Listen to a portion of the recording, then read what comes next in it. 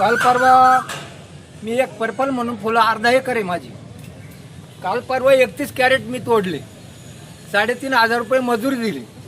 त्यापैकी आत्ता 10 कॅरेटची पट्टी उपलब्ध झालेली आहे. 10 कॅरेटमध्ये 120 फुलं 1 किलो फुलं पाठवलेली आहे. 31 पैकी 10 कॅरेटची पट्टी उपलब्ध झालेली आहे. 230 रुपये शिल्लक आलेली आहे. 31 कॅरेटला मला 3,500 रुपये रोख मोजावे लागले मजुरांना, 10 मजुरांना. ही परिस्थिती शेतकऱ्यांची आहे. कांदाच नाही, अनेक जे माल आहेत शेतकऱ्यांचे हे ह्या कमी भावातच चाललेले आहे. उत्पादन खर्च वाढत चाललेला आहे. उत्पादन खर्चावर आहे ना मर्यादा राहिलेली नाही आहे. काय वाटतं मला तर वाटतं कंपन्यांकडून हे पैसे घेतात आणि भाव वाढवा काय करतात काय कळत नाही मला.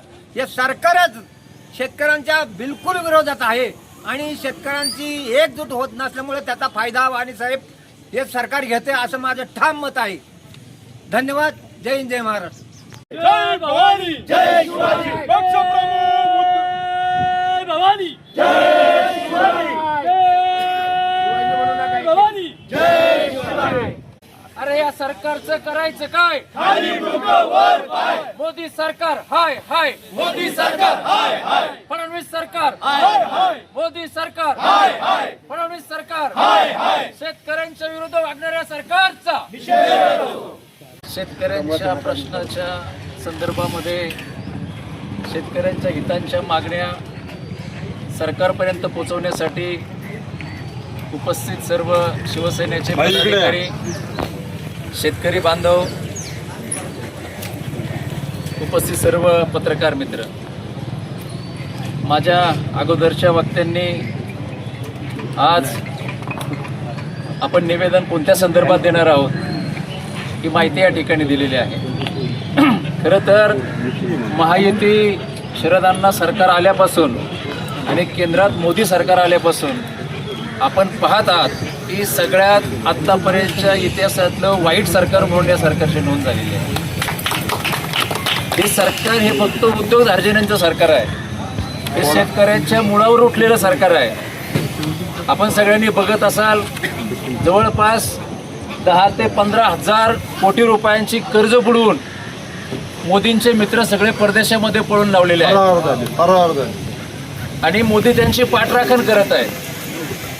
आम्ही फक्त शेतकऱ्यांचे आहोत असं भासवत असून पूर्णपणे शेतकऱ्यांच्या विरोधात ही सरकार आहे. त्यांना शेतकऱ्यांचं अजिबात देणं घेणं नाही. EVM मॅनेज करून खोके देऊन यांनी ही सगळी सरकारं बनवलेली आहेत. ही सगळी बेकायदेशीर सरकारं आहेत. वोटचोर पण केले, गादी चोरल्यात आणि आपण सगळ्यांनी जवळून बघितलेलं आहे की जवळपास 76 लाख मतांचा हिशोबच लागलेला नाही. त्यामुळे हे कोणत्या पद्धतीने निवडून आलेले आपल्या सगळ्यांना माहिती आहे. जनमताचा रेटा कोणत्या बाजूला होता, परंतु बेकायदेशीररित्या सत्तेवर बसलेल्या लोकांना शेतकऱ्यांची अजिबात जाणीव नाही, कळकळ नाही, त्यांच्याबद्दल बिलकुल त्यांना आस्था नाही. आपण मगाशी शरदांना तुम्ही उल्लेख केला की जवळपास 44 डिग्री टेम्परेचरमध्ये आमच्या माता भगिनी काम करतात, कांदे काढतात, कांदे खुरपतात. एक आमची भगिनी उष्माघात येऊन ते मरण पावली. म्हणजे इतक्या वाईट परिस्थितीमध्ये शेतकरी जगत असताना शेतकऱ्यांना जर उत्पादन खर्चावर इतके जर पैसे मिळत नसतील तर ही अतिशय वाईट आणि निंदनीय गोष्ट आहे. भाजप सरकारच्या काळामध्ये जर आपण बघितलं असेल तर सगळ्यात जास्त खताच्या किमती त्यांच्या काळामध्ये वाढलेल्या आहेत. बऱ्याच खतांवरच्या त्यांनी सबसिडी काढून घेतलेल्या आहेत. आणि आपण जर बघताय तर तुम्हाला युरिया घ्यायला जायचं, तुम्हाला आधार कार्ड द्या, तुम्हाला थर्म इम्प्रेशन द्या. म्हणजे सगळ्या बाजूनी शेतकऱ्यांना खिंडीत गाठवण्याचं काम या सरकारने केलेलं आहे. हे सरकार अतिशय उदासीन आहे, शेतकऱ्यांच्या प्रति उदासीन आहे. मगाशी आपण उल्लेख केला दादा की उद्धव साहेब मुख्यमंत्री असताना सरसकट शेतकऱ्यांची कर्जमाफी केली होती. आपल्याला जर आठवत असेल तर अवकाळी पाऊस आणि इकडं चक्रीवादळ झालं त्यावेळी आदित्यसाहेब ठाकरे शेतकऱ्यांच्या बांधावर आलेले होते. ज्यांची झोपडी उडून गेली त्यांना झोपडी देखील देण्याचं काम केलेलं होतं. म्हणजे मंत्री असताना सुद्धा शेतकऱ्यांच्या बांधावर येऊन त्यांनी लोकांची जाणीव करून घेतली, लोकांचे प्रश्न समजावून घेतले. आणि अलीकडच्या काळामध्ये सगळे लोक फक्त AC मधून बसून बोलतात. यांना शेतकऱ्यांची जाणीव नाही. आपण जर बघितलं आता कांद्याचा भाव जर आपण पाहिला तर तो भाव 5 रुपये 6 रुपये किलो. आणि भास्कर शेठ मगाशी तुम्ही उल्लेख केला की कांदा उत्पादन करायला कमीत कमी 12 ते 14 रुपये प्रति किलो खर्च येतो. मग जर शेतकऱ्यांचा खर्च निघत नसेल तरी सरकारची जबाबदारी आहे. आपण इतर राज्यामध्ये इतर देशामध्ये तुम्ही जाऊन बघा, जर नुकसान झाली तर त्याला सरकार नुकसान भरपाई देतं. बेरोजगारी जर झाली तर ज्या तरुणांना नोकऱ्या दिल्या नाही अशा तरुणांना सरकार नोकऱ्या देतं. पण या देशामध्ये नोकऱ्या दिल्या जात नाही. सर्वोच्च पातळीवर बसलेला न्यायाधीश म्हणतात की बेरोजगारी झुरळासारखे येतात. आणि ज्यावेळी झुरळ जनता पार्टी झाली त्यावेळी भारतीय जनता पार्टीपेक्षा त्यांना जास्त फॉलोअर झाले. त्यामुळं मोदींनी सुद्धा जनतेचा प्रक्षोभ आणि जनतेच्या जनभावना लक्षात घेण्याची गरज आहे. अन्यथा त्यांना आता कुठेतरी संन्यास त्यांनी घ्यावा. त्यांना देश सांभाळता येत नाही. त्यांना मोदी निक्षेपच नाही. सरकार, मोदी सरकार. आणि तुम्हाला आठवत असेल त्यावेळेच्या रणरागिणी स्मृती इराणी खांद्यावर गॅस घेऊन एक क्या चल रहा है, इतना महंगाई बढ़ गई, ऐसा हो गया वैसा हो गया, 400 रुपया गॅस हो गया, 400 रुपया. आता तुम्ही 1100 रुपये देऊन सुद्धा तुम्हाला गॅस मिळत नाही. आता 8 दिवसामध्ये 4 वेळा पेट्रोलचे दर वाढले. 8 दिवसामध्ये 4 वेळा डिझेलचे दर वाढलेत. तुम्ही बघताय की पेट्रोल पंपावर शेतकऱ्यांना ट्रॅक्टरला डिझेल मिळण्यासाठी 1-1 किलोमीटरच्या रांगा आहेत कॅन घेऊन. हे सरकारचं फेल्युअर आहे. फडणवीस सरकारने राजीनामा द्यावा, फडणवीसांनी राजीनामा द्यावा. त्याच्यात त्यांची बढती आहे. आणि या जनतेच्या जनभावना लक्षात घेऊन त्यांनी हे सगळं करावं असं मला या ठिकाणी वाटतं.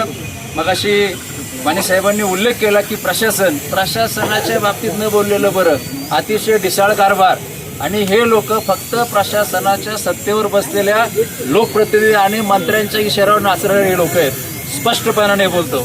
मग महसूल कर्मचारी असतील, पोलीस कर्मचारी असतील, आज तुम्ही जा भूमी अभिलेखमध्ये ओरिजिनल नकाशे तुम्हाला बिल्डरच्या घरात सापडतील, पण तुम्हाला भूमी अभिलेखच्या कार्यालयाला सापडायचे नाही. ही वस्तुस्थिती तुम्हाला सांगतो. कॉन्ट्रॅक्टमध्ये काम करणारे कामगार तुम्ही त्या ठिकाणी भरले आणि यांनी फायलीच्या फायली गायब केल्या. तहसील कार्यालयामध्ये तुम्ही जा, तुम्ही सलकर्कला जा, पैसे घेतल्याशिवाय, मी जाहीरपणाने बोलतो, पुरावे देईल, पैसे घेतल्याशिवाय काम होत नाही. छत्रपती शिवाजी महाराज की जय. पैसे देऊन सुद्धा महसूलचे कर्मचारी उलट काम करतात. मागं बिबट्याच्या संदर्भामध्ये आम्ही आंदोलन केलं. जवळपास 8 ते 10 हजार लोक नंदी चौकामध्ये होते. मी वळसे पाटलांना परवा सांगितलं, वळसे पाटील, महाराष्ट्रामध्ये सगळ्या चॅप्टर मंत्री जर कोणी होऊन गेले तर तुम्ही असाल. तोंडावर सांगितलं त्यांच्या. आणि नीती आयोगाच्या अहवालामध्ये महाराष्ट्रामध्ये जे मागास तालुके त्याच्यामध्ये आंबेगाव तालुका आहे. म्हटलं हे तुमचं फेल्युअर आहे साहेब. आणि त्यांना हे सांगितलं, बिबट्याच्या आंदोलनामध्ये फक्त तोंड पाहून कारवाया केल्या. जे लोक विरोधक आहेत ते फक्त दादा अण्णा विरोधकांवर कारवाया केल्या. सत्तेधारातले लोकप्रतिनिधी होते, सत्ताधारी पक्षातील कार्यकर्ते तिथं होते, पदाधिकारी तिथं होते. त्यांचे आमच्याकडे व्हिडिओ आहेत. आता जर सरकारने ही केस नाही मागं घेतली तर आम्ही पोलिसांना सुद्धा आता कोर्टात पार्टी करणार आहोत. म्हणजे एकतर्फी अशा प्रकारचं काम फक्त शासनाच्या लोकप्रतिनिधींच्या इशाऱ्यावर नाचणारे हे लोक आहेत. यांनी सुद्धा आता आत्मपरीक्षण करावं. भविष्य काळात तुमचा धोक्यात येईल, लक्षात ठेवा. अण्णा आता शासनाने दखल घेतली. पुणे जिल्ह्यातील जवळपास 36 अधिकारी सक्तीच्या रजेवर पाठवले, चुकीचं काम केलं म्हणून. त्याच्या जुन्नरचा पण तहसीलदार होता. मला सांगा, म्हणजे किती तुम्ही हाती करताय. याची जमीन त्याच्या नावावर, त्याचा नकाशा एका नावावर. अण्णा एका माणसाच्या एका जमिनीचा नकाशा एकाच माणसाने 3-3 लोकांच्या नावावर करून दिलाय. पुरावे देतो मी तुम्हाला. म्हणजे एवढं भयानक परिस्थिती आहे. यांना अजिबात भीती वाटत नाही. अधिकाऱ्यांना जर बोललो तर ते सरळ सांगतात, आम्ही इथं पैसे देऊन बसलोय, आमचं कुणी वाकडं करू शकत नाही. वसूल करायचे. त्यामुळं हे आम्ही जाहीरपणानं बोलतोय, जबाबदारीने बोलतोय, आत्ताही बोलतोय, उद्याही बोलणार. आमच्यावर काय कारवाई करायची करा, लक्षात घ्या. त्यामुळं सरकार हे अतिशय उदासीन आहे. शेतकऱ्यांच्या बाबतीमध्ये त्यांना अजिबात तळमळ नाही, अजिबात शेतकऱ्यांच्या बद्दल त्यांना आस्था नाही.